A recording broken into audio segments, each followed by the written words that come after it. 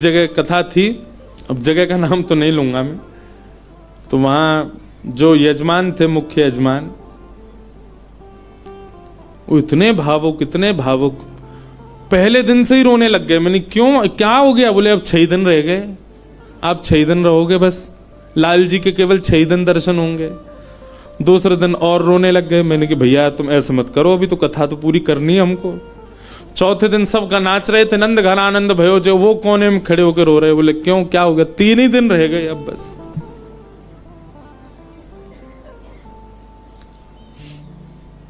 जिस दिन विश्राम दिवस था, मैं तो बहुत घबरा रहा था। मैंने आज क्या होगा, वो पहले दिन से ही रो रहे हैं। वही हुआ। अच्छा, ऐसा और था कि कथा करते ही मुझे एयरपोर्ट जाना था, मेरी फ्लाइट थी। कथा भी मैंने सुबह सुबह की थी 7 बजे से। आरती, विश्राम आरती हो रही थी और मैं बस ये था कि हे लाल जी कुछ हो नहीं, बहुत भाव में। वही हुआ, आरती करते करते दोनों, पहले तो उनकी गृहिणी मूर्छित होकर गिर पड़ी, बेहोश ही हो गई। और फिर जो उनके पतिदेव थे, उनको देख के वो भी हो गए। उसके पीछे बिल्कुल भी किंचित ही, हमको तो समझ में आया था नाटक, लेकिन नहीं, वास्तविक था। पानी वानी डाला भैया, उनका ब्लड प्रेशर वगैरह सब कम होता चला गया। एक कथा भी आती है, सुना है? एक महाराष्ट्र के राजा थे। उन राजा का एक ही बात उसके मन में चलती थी कि मेरे नगर में कोई साधु आ जाए, मेरे नगर में कोई संत आ जाए, मेरे नगर में कोई भक्त आ जाए। दुनिया में ऐश्वर्यवान व्यक्ति केवल इसकी प्रतीक्षा करता है कि मेरे पास धन बहुत आ जाए। वो इसकी प्रतीक्षा करते थे कि कोई भक्त, साधु, संत, विरक्त या वैष्णव दंपति या कोई कथा वक्ता कोई आ जाए मेरे नगर में, बस। ऐसी कृपा हुई। अयोध्या से कुछ लोग पंढरपुर दर्शन करने जा रहे थे और उन महात्मा के, उन राजा के नगर में आ गए। नगर से होके पंढरपुर का रास्ता था। तो पंढरपुर की ओर जा रहे थे, शाम काल का समय हो गया। राजा को पता चली संतों की टोली आ रही है। वो तो ऐसा और था राजा, वो दूर दूर तक उसने अपने सैनिक लगा रखे थे। बोले आसपास के रस्तों से अगर कोई संत निकल के जा रहे हैं, उनसे भी कहो यहां होके जाएं, हमारे नगर में होके जाएं। ऐसी भगवत प्रीति, भक्त प्रीति भी सबके हृदय में नहीं होती।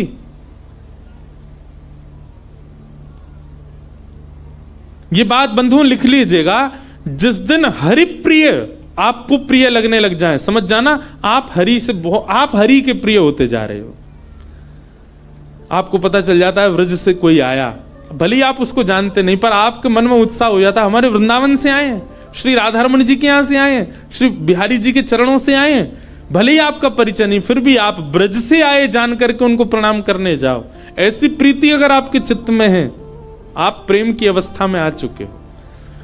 हरि से ज्यादा हरिजनों से प्रीति हो तो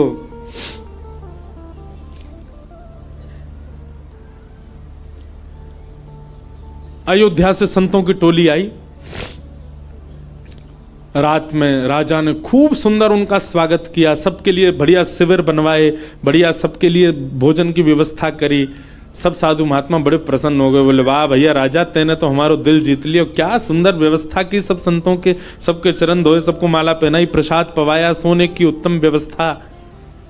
और राजा रात में सोने अपने महल में नहीं गया, वहीं बैठा शिविर के बाहर ही पूरे परिवार सहित, कि कोई संत कोई आज्ञा कर दें सेवा के लिए, हम उनकी सेवा करें। संतों ने दूसरे दिन उठ करके राजा से कहा, देखो हम तुम्हारी सेवा से इतने प्रसन्न हैं कि हम सबके मन में आया कि हम कम से कम 5 दिन तो यहां रुकें। राजा रोने लगा। बोले महाराज मेरे ऊपर बड़ी कृपा, आप रुकिए।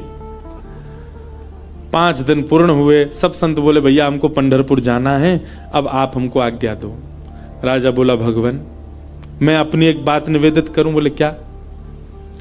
5 दिन बाद रामनवमी है, श्री राम जी का अद्भुत उत्सव है, आप लोग सब यहीं रुक जाएं, 5 दिन और रामनवमी करके चले जाएं। संत बोले भाई क्या बुराई है, इतनी अच्छी व्यवस्था राजा कर ही रहे हैं, वहीं बढ़िया कीर्तन भजन होने दो, सत्संग होने दो। 5 दिन रुक गए, सबने रामनवमी करी, अभिषेक किया राम जी का। रामनवमी पूर्ण करके सब अगले दिन संत महापुरुष बोले अब हमको आज्ञा दो, हम लोग सब चलें पंढरपुर। बोले महाराज नेक और रुक जाओ, हनुमान जयंती और आ रही है, हनुमान जन्मोत्सव, आप सब लोग रुके रहेंगे तो आप सबके सानिध्य में, हमको तो कुछ आता नहीं, हम हनुमान जी का जन्मोत्सव करेंगे। अब वो सेवा इतनी अच्छी कर रखी थी कि कुछ संत तो बेचारे उसके पक्ष में रहते थे, बोले रुक ही जाओ, बढ़िया व्यवस्था तो कर ही रखी है। रुक गए, हनुमान जन्मोत्सव तक सब लोग रुक गए, सब लोगों ने हनुमान जी का जन्मोत्सव मनाया। संत महापुरुष कहने लगे, बोले भैया अब हमको आज्ञा दे दो, अब हम लोग चलें। बोले महाराज उसके बाद में फिर कोई और उत्सव आ रहा था 15 दिन बाद, उसका नाम ले दिया। बोले वो किए बिना तो आप कैसे जाओगे, कहां आपको व्यवस्था ही नहीं मिलेगी, मेरे यहां हो जाएगा। 15 दिन और रुक गए, फिर जाने लग गए। बोले महाराज गंगा दशहरा आने वाला है, आप सब लोग कहां, गंगा जी तो मिलेंगे, मैं गंगा जल मंगवाऊंगा ना अपने सैनिकों को भेज करके, यहीं आप सब लोगों के लिए सूक्ष्म गंगा प्रकट करवा दूंगा। फिर रुक गए, गंगा दशहरा हो गए। सब करते करते करते महाराज जेठ का महीना निकल गया। कब आए थे, रामनवमी पे आए थे, तब से जेठ आ गई। जेठ के बाद अब फिर जन्माष्टमी राधाष्टमी के उत्सव आ गए। वो उत्सवों के बहाने दे दे करके संतों को रोक लें। महाराज अब तो चातुर्मास करना पड़ेगा आपको, चातुर्मास प्रारंभ, कहां जाओगे, यहीं कर लो। चातुर्मास करवा दिया। चातुर्मास के बाद कार्तिक का महीना आ गया, कार्तिक में तो मैं जाने नहीं दूंगा आप लोगों को। दिवाली होली ये तो यहीं करनी पड़ेगी, होली आ रही है, होली पे तो सब संग रहेंगे। करते करते फिर से रामनवमी आ गई। संत जनों ने चरण पकड़े, बोले राजन अब तो जान दो हम। संत तो राजा बोले एक काम करो, क्या बाल भोग करके चले जाओ, कुछ नहीं तो सुबह का बाल भोग तो ले लीजिए। बोले ठीक है। अब बाल भोग भाग पा करके तैयार हुए ही थे, बोले बाल भोग पा लिया सब। बोले देखे ना कढ़ाई चढ़ गई है, राजभोग बनना है, राजभोग तो पा जाओ। संत बोले जो नहीं हिलने देगा हमको। बोले देखो ये सब अनादर हो जाएगा, इतनी पूड़ी कचौड़ी सब्जी बन रही है, इनको तो पा जाओ।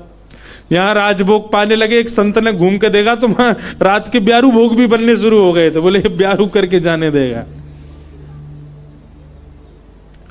अंत तो गत्वा उस राजा की स्थिति ऐसी हो गई, जब संत लोग हट में आ गए कि नहीं हम तो जाएंगे, राजा के यहां से उस क्षेत्र से जैसे ही बाहर निकले, तब तक तो राजा रो रहा था, संतों के जाते ही राजा अचेत हो गया, प्राण निकल गए उसके। मैं संतों के बगैर कैसे रहूं, हम इस स्थिति में हम तो कभी आ ही नहीं सकते। खैर सुन लीजिए बस, हमारे यहां तो 4 दिन रुक जाए तो कब जाएंगे ये बला, बैठ गए हमारे घर में आके। सब तरीके के लोग होते हैं। अब तो लोग हमको बहुत प्रेम करने लग गए, जब हमको कोई जानता नहीं था तब हमने भी ऐसे घरों में रुके हैं। पर सत्य बात है बंधुओं, ठाकुर जी से प्रेम तो सबको हो जाता है, पर हरिजनों से जिसको प्रेम हो जाए, समझ जाओ कि उसको ठाकुर जी से, वो अब प्रेम की अवस्था में आ चुका है। जिसको हरिजन प्रिय लगने लग जाए, हरि के जन प्रिय लगने लग जाए। आप लोग किया करो, कभी एयरपोर्ट, रेलवे स्टेशन, कभी अनजान स्थान पर कोई तिलक मात्र लगाया घूम रहा हो, उसको भी जय सिया राम, जय श्री कृष्ण। सामने वाला प्रत्युत्तर में अगर ये पूछ ले भैया कौन, कुछ नहीं आपके माथे पे हमने तिलक देखा, कंठ में हमने तुलसी जी देखी तो हमको लगा कि आप वैष्णव हो इसलिए हमने प्रणाम किया। ऐसा स्वभाव। तो प्रथम गंतव्य ठाकुर जी नहीं होने चाहिए, पहला गंतव्य प्रेम होना चाहिए। हमारे भजन का, हमारे साधन का, हमारी कथा का, हमारे नियमों का, सबका प्रथम पहले किसको प्राप्त करना है कि पहले हम प्रेमी बने। पहले ठाकुर जी नहीं, पहले ठाकुर जी के लायक बनो, और फिर जब लायक बन जाओगे, ठाकुर जी को कभी अपने केंद्र बिंदु में मत रखो। एक बात बहुत ध्यान से सुनो,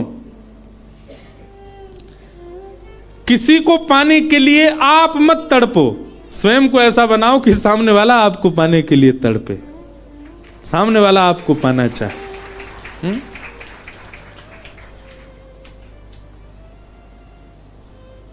पिक्चरों में ऐसे दिखाते हैं ना कि कोई प्रेम करता था किसी कन्या से, और उसको सीधे तो पानी पाया तो खुद इतना बढ़िया पढ़ लिख करके बड़ा मजिस्ट्रेट बन गया महाराज, आगे पुलिस पीछे पुलिस। अब वो छोरी डोल रही है वाकू पावे को, इससे मेरा ब्याह हो। ठीक वैसे ही ये बात शास्त्रीय है कि ठाकुर जी को पाने के लिए आप केंद्र बिंदु ठाकुर जी को मत रखो चित्त में कि उनको मुझे प्राप्त करना है। ठाकुर जी को जो जो प्रिय है वो सारे गुण मेरे भीतर आ जाएं ताकि ठाकुर जी को मैं प्रिय लगूं। आप पीछे मत पड़ो उनके, स्वयं को ऐसा बनाओ कि ठाकुर जी पीछे पड़े आपके। श्रीमद् वल्लभाचार्य जी के चरित्र में आता है कि, बहुत ध्यान से सुनिएगा, श्रीनाथ जी जब प्रकट हुए ना तो पहले श्रीनाथ जी की भुजा प्रकट हुई, और भुजा प्रकट होने के बाद में सद्दू पानी की गैया रोज जाती थी, अपना संपूर्ण दुग्ध वहीं बहा करके आ जाती थी। तो सद्दू पानी ने देखा मेरी गैया कहां जाती है, जाकर के देखा तो गिरिराज शिला में केवल भुजा निकली हुई है। सद्दू पानी ने जब पूरा बाहर निकाला तो श्रीनाथ जी प्रकट हो गए इसी कलिकाल में।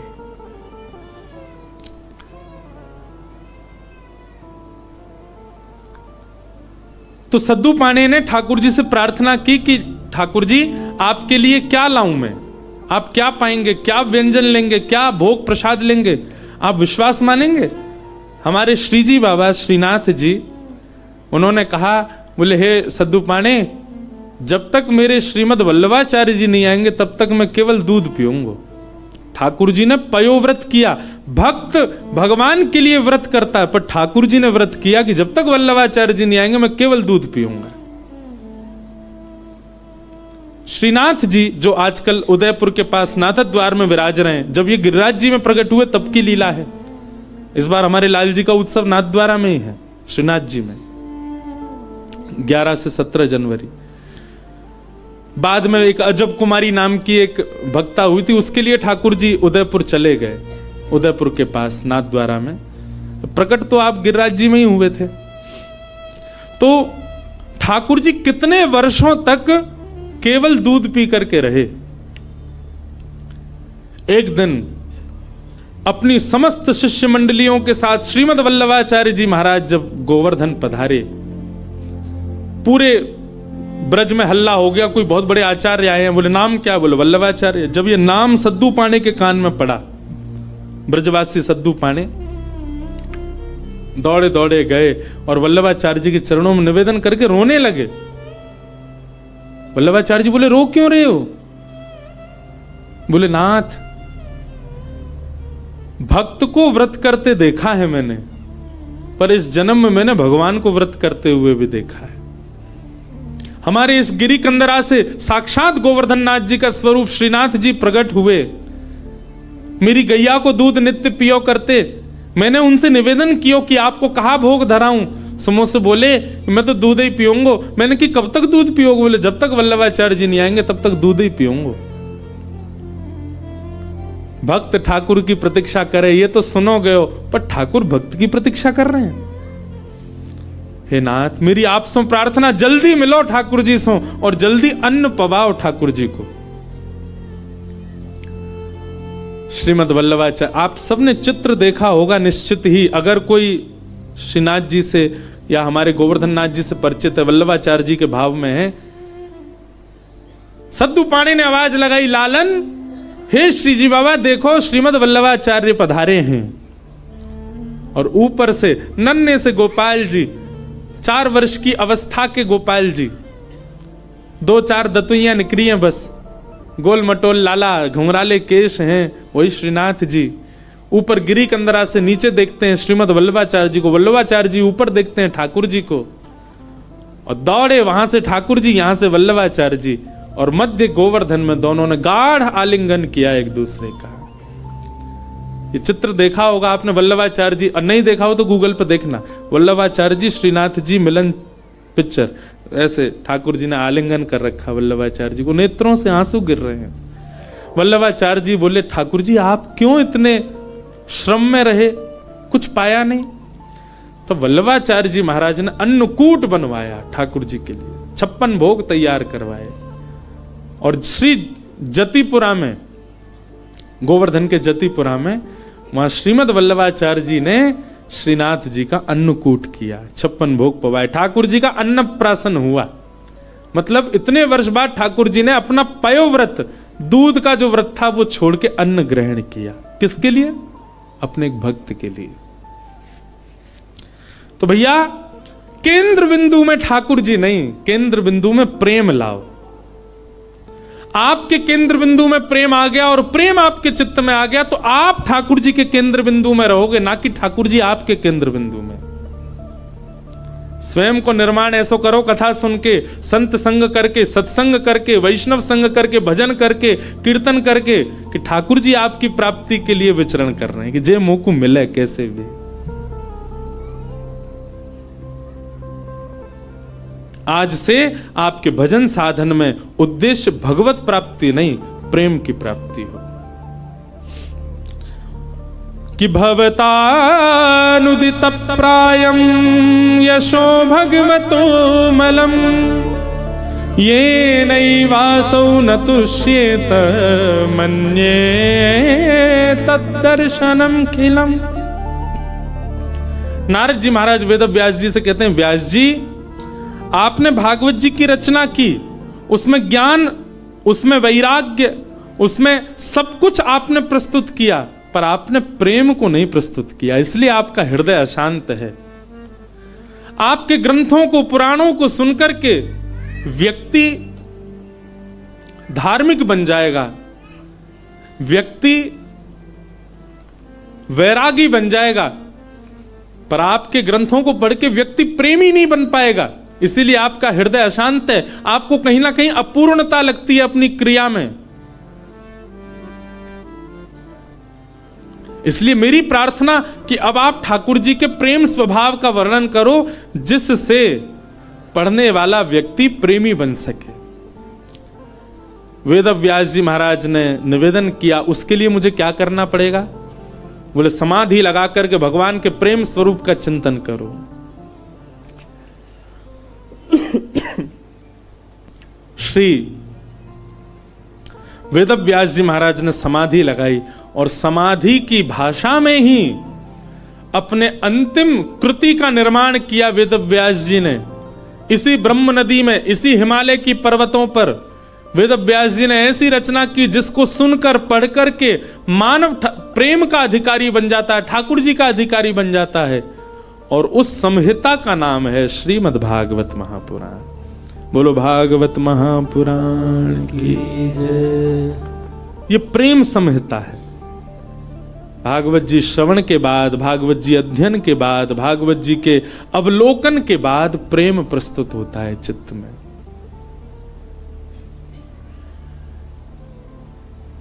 प्रेम। वेद व्यास जी महाराज ने उस प्रेम का भाव लिखा, वही भागवत है। बंधुओं, आपको अगर अपनी कृति से, कई लोगों को अपने जीवन से भी बहुत अपूर्णता का अनुभव होता है। हम आपको एक बात बता रहे हैं, बहुत सावधानी से सुनो। अपने कर्म से, अपने जीवन से, अपने संबंध से कई लोगों का मन बहुत जल्दी उचट जाता है। कई लोगों को अपना जीवन भी अच्छा नहीं लगता। क्यों? केवल प्रेम नहीं है आपके जीवन में। आप भागवत जी का आश्रय लीजिए और भागवत जी का आश्रय लेकर के आप प्रेम जीवन में ले आइए, आपको सब कुछ अच्छा लगने लगेगा। एक बात बता रहे हैं, प्रेमी व्यक्ति का स्वभाव ऐसा हो जाता है कि वो अव्यवस्था में भी प्रसन्न रहने लगता है। अप्रेमी व्यक्ति का स्वभाव कैसा होता है? वो कहीं भी जाएगा ना, नाक मुंह मोड़ता ही रहेगा। यहां तो ये है, यहां तो ऐसा है, यहां मैं कैसे बैठ जाऊं, ये मैं कैसे खा लूं, यहां मैं कैसे बैठ सकता हूं, यहां मैं कैसे नहा सकता हूं, यहां मैं कैसे रह सकता हूं, इस व्यक्ति के साथ मैं कैसे जी पाऊंगा, इस माहौल में मैं कैसे रह पाऊंगा। ये सब जगह जो अपने आप को अपरिपूर्ण माने, समझ जाना अप्रेमी व्यक्ति है। पर प्रेमी कैसा होता है? वो जहां बैठ जाता है ना, वो स्थान ही अच्छा लगने लग जाता है। कई बार आपने कुछ ऐसे स्थान देखे होंगे, उन स्थानों पर कभी आपकी नजर ही नहीं पड़ी होगी, या उस स्थान को देख करके आपने सोचा होगा ये तो सामान्य सी जगह है, ये कौन सी बड़ी बात है। पर उसी स्थान पर कोई भगवत प्रेमी जाकर के बैठ जाता है तो उस स्थान की रौनक ही बदल जाती है, उस स्थान का माहौल ही बदल जाता है। अरे स्थान नहीं, कई बार कई रंग हमको प्रिय नहीं होते। मैं अपना अनुभव बता रहा हूं, कई रंग हमको प्रिय नहीं होते, कई कलर्स हमको अच्छे नहीं लगते, पर वही रंग वही कलर, उसमें कोई प्रेमी व्यक्ति अगर आ जाए, उस प्रेमी व्यक्ति उस कलर में या रंग का आश्रय ले ले, वो रंग भी अच्छा लगने लग जाता है। कई सब्जियां आपको अप्रिय लगती होंगी, पर वही कोई प्रेमी के हाथों से प्रसाद रूप में आपको मिल जाए, आप उसका पान करेंगे, सेवन करेंगे, आपको अत्यंत अद्भुत। और अगर आपको अनुभव करना हो तो हम बता रहे हैं, अरबी की सब्जी हर कोई नहीं पा सकता, इतनी बढ़िया नहीं लगती। हमारी श्री जी को बहुत प्रिय है, किशोरी जी को बहुत प्रिय है, लाडली जी को अरबी का भोग लगता है। कभी जाइए राधाष्टमी के समय पर, या वैसे भी हमारे तटीय स्थान वृंदावन में अरबी की सब्जी बनती है। आप पे कृपा हो जाए, नहीं हो तो वहां किसी महात्मा से कह देना हमको थोड़ा प्रसाद दे दो, वो मधुकरी रूप में आपको अरबी देंगे, आप पाके देखना। सारे विश्व के जितने भी रस होंगे ना, वो सब रस फीके लगेंगे उसके आगे। क्यों? क्योंकि प्रेम स्थान पर वो निर्मित है, इसलिए उसका स्वाद अद्भुत हो जाता है। मैं कथा करता हूं, हमको राग रागनी आती नहीं, हम बस ऐसे गा लेते हैं। ये सब गुरुजन बैठे हैं, ये लोग जैसो बजाते हैं वैसो हम गाते हैं। कई राग ऐसे हैं, उनको पहले मैं जब सुनता था ना तो मेरा मन बड़ा उच्चाटित सा हो जाता था कि ये कैसे गाएंगे, ये तो बड़ा विचित्र सा राग है। आज वही राग में हम कथा भी कर देते हैं। क्यों? क्योंकि जब प्रेम मिल जाता है, प्रेम एक ऐसा सब्सटेंस है, प्रेम एक ऐसा क्या बोले, वो केमिकल बोले, सब्सटेंस बोले, क्या बोले, वो एक ऐसी वस्तु है, वो जहां मिल जाएगी वो सब प्रिय लगने लग जाएगा। वो प्रेम कहलाता है। प्रेम का मतलब केवल स्त्री पुरुष का प्रेम मत समझा कीजिए आप, कोई प्रिय लगने लग जाए वो नहीं, सब कुछ प्रिय लगने लग जाए, वो प्रेम है। वास्तविक प्रेमी आप अपने आप को ऐसे नहीं मान सकते उसके लिए नस काट रहे घूम रहे हैं, हॉस्पिटल में भर्ती है गए, वो क्या बता रहे हैं, बोले भाई टैग लग गया इसके ऊपर, काहे का, बोले प्रेमी है। आप इस प्रकार प्रेम की अवहेलना मत करो, प्रेम की निंदा मत करो।